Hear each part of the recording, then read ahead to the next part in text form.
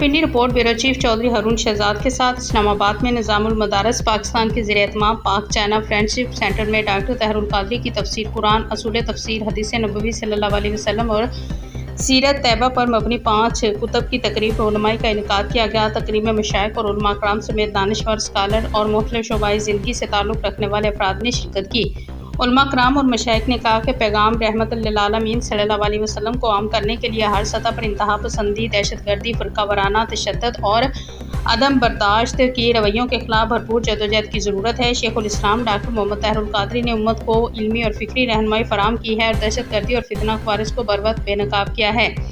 ان کی علمی اور فکری خدمات آئندہ نسلوں کے لیے مشعل راہ ہے۔ رحمت للعالمین اتھارٹی کے چیئرمین خورشید ندیم نے کہا کہ ڈاکٹر طاہر القادری نے خواتین کو مردوں کے شانہ بشانہ دین کا عملی نمونہ قائم کیا۔ اللہ نے انہیں علم، قوت بیان اور قائدانہ صلاحیت سے نوازا ہے۔ ڈاکٹر حسن محی الدین قادری نے کہا کہ شیخ الاسلام نے اپنے دور کے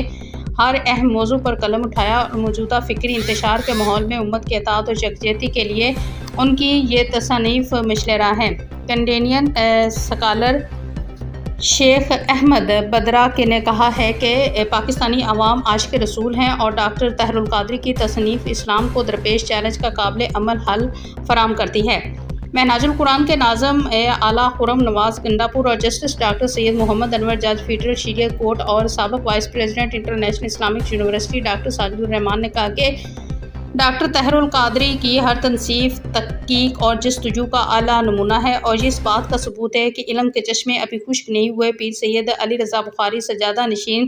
بساں شریف نے کہا کہ ڈاکٹر طاہر القادری کی تصنیف محض کتابیں نہیں بلکہ ایک انقلاب ہے جو نوجوان نسل کے دلوں کو بدل دیتی ہے۔ تقریب سے عبداللہ کے سربراہ تحریک نوجوانان اسلام آباد بار کے صدر محمد نعیم علی گجر، ڈاکٹر آفتاب اسلامک یونیورسٹی، پیر سید اجمل شاہ، ڈاکٹر حبیب الرحمان اعظم، ڈاکٹر محسن ضیاء قاضی اور دیگر نے بھی خطاب کیا۔ آخر میں پیر آف گورڈا شریف صاحبزادہ علی جنید الحق گیلانی نے